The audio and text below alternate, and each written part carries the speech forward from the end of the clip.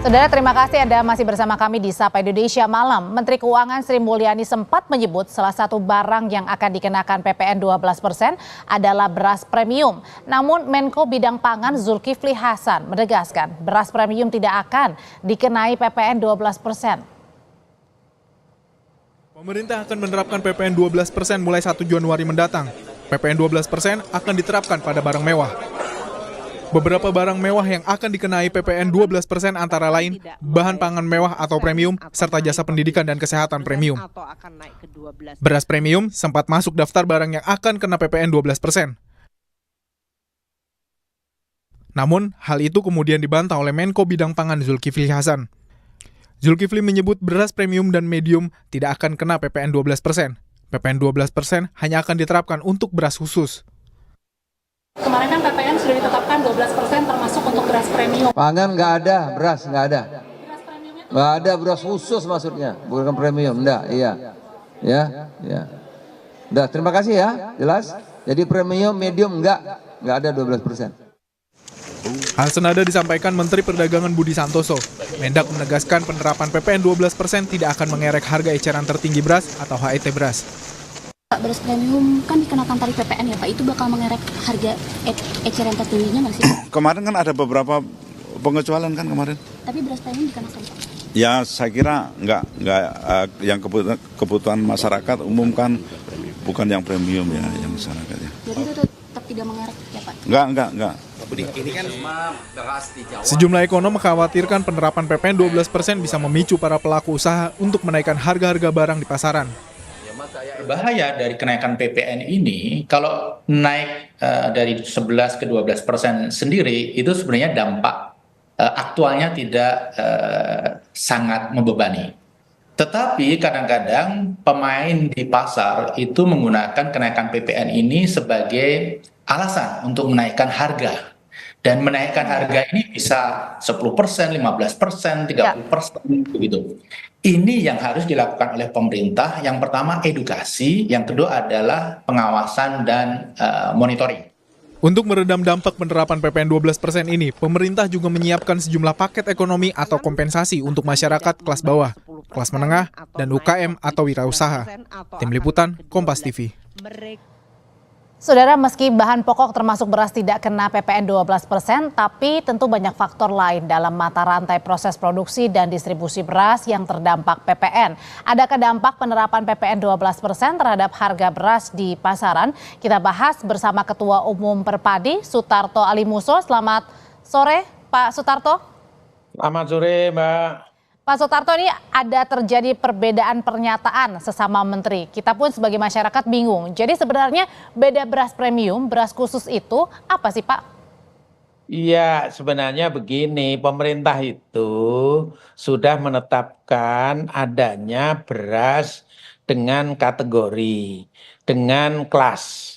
Ada beras khusus. Beras khusus itu diproduksi hanya di daerah khusus, kemudian dengan ya kualitas dan sebagainya itu berbeda.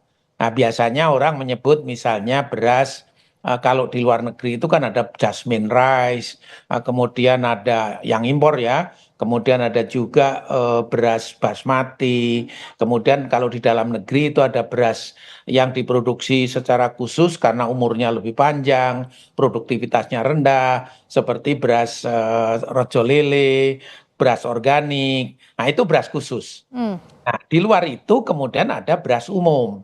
Beras umum ada dua kategori, yaitu beras khusus, beras premium dan beras medium.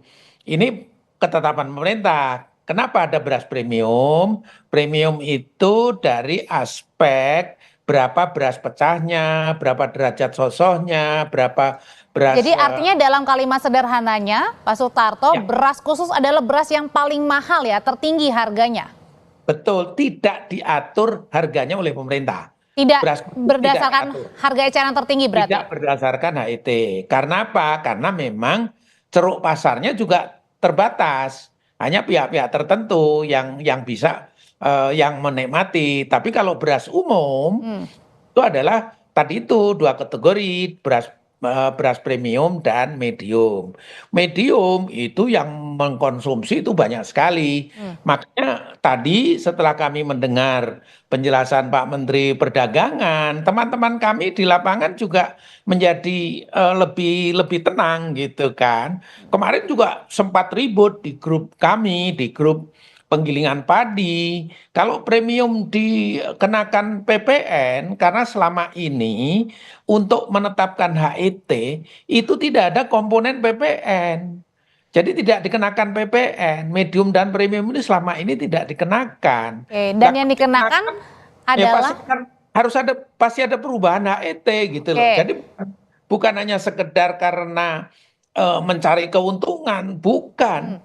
Menyesuaikan dengan tambahan biaya yang dikeluarkan untuk menyalurkan atau untuk memproduksi dan menyalurkan Pak beras. Sutarto, premium. dengan tadi tambahan biaya itu dan udah pula nanti PPN 12% meskipun beras khusus ya tadi ya pengenaan PPN 12%-nya bukan di premium ataupun apalagi medium. Nah ini bukankah kita menduga-duga jangan-jangan dengan adanya kenaikan PPN 12% untuk beras khusus ini juga menjadi alasan buat penjual misalnya karena semuanya serba naik akhirnya harga beras premium pun atau medium pun sampai ikutan naik juga? Tidak begitu. Antara khusus dan premium dan medium ini tidak berhubungan karena barangnya berbeda. Barangnya berbeda, produsennya berbeda. Tapi nggak dijadiin alasan tuh Pak ketika ya udah karena semuanya naik ya mau nggak mau dinaikkan gitu. Ya, nanti kalau beras premium itu ada HET yang harus dipenuhi dan HET itu ditentukan oleh komponen biaya termasuk harga pembelian gabah. Pak Sutarto. Jadi harga pembelian gabah ditetapkan juga gitu. Oke, mengenai kenaikan PPN 12% dikenakan untuk beras premium nanti saya akan bertanya lagi, tapi kita dengarkan dulu Pak Sutarto dan juga pemirsa untuk kumandang azan maghrib bagi wilayah Jakarta dan sekitarnya. Anda kembali menyaksikan Sapa Indonesia Malam, Pak Sutarto masih bersama saya ya Pak. Pak, ini kan tapi kalau tadi ada jaminan bahwa yang naik adalah untuk beras khusus ya, tidak untuk premium apalagi medium. Tapi kan kadang-kadang ini pedagang di lapangan suka pada nakal Pak.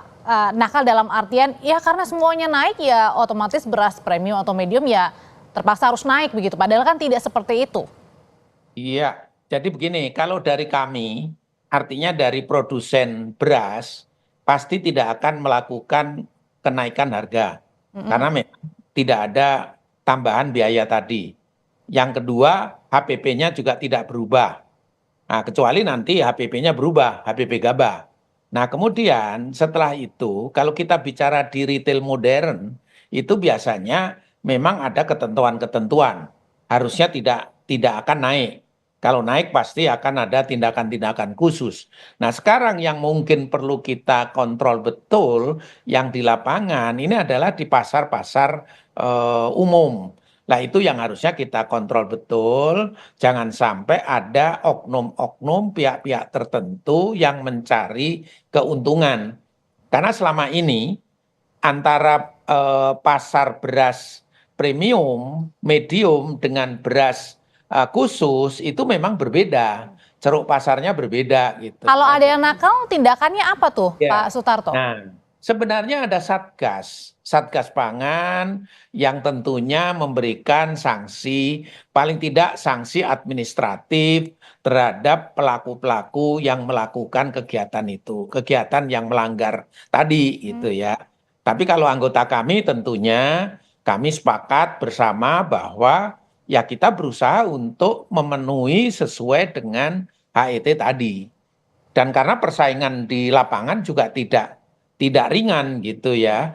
Sehingga mudah-mudahan kalau anggota kami penggilingan padi dan pengusaha beras pasti berusaha untuk menepati apa yang menjadi ketentuan. Karena kan gini juga Pak Sutarto ketika misalnya kita berada di pasar begitu ya yang dijualnya eceran atau literan kan kita nggak tahu nih sebenarnya yang mana khusus, yang mana premium, yang mana naik, yang mana enggak gitu. Tapi kan bisa saja jangan-jangan pedagang ini berdalih, oh ini karena beras khusus jadi naik. Jadi bisa aja nakal, jangan-jangan beras premium dijual tapi dia naikkan gitu. Enggak, makanya masyarakat harus kita berikan pengetahuan secara baik mana yang kategori beras khusus, mana yang beras umum dengan kategori premium dan medium.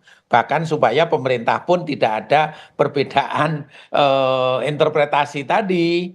Jadi jangan sampai selama ini memang kadang-kadang beras khusus itu masuk premium, padahal tidak. Jadi Oke, baik. pemerintah sendiri sudah memberikan ketetapan ada beras khusus yang tidak diatur harganya, kemudian ada beras karena ceruk pasarnya ada tapi tidak luas, kemudian ada beras umum dengan kategori 2. Oke. Sebenarnya antara medium dengan premium itu juga perbedaannya tidak terlalu banyak. Barangnya sama. Baik.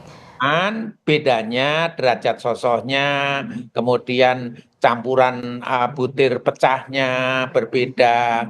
Sebenarnya masyarakat membeli medium pun sebenarnya juga sudah cukup. Oke, aturannya sudah ditetapkan, tinggal pengawasannya dan juga masyarakat yang lebih waspada lagi ya akan pembagian atau perbedaan beras premium, beras khusus ataupun medium. Terima kasih Ketua Umum Perpadi Sutarto Ali Musso.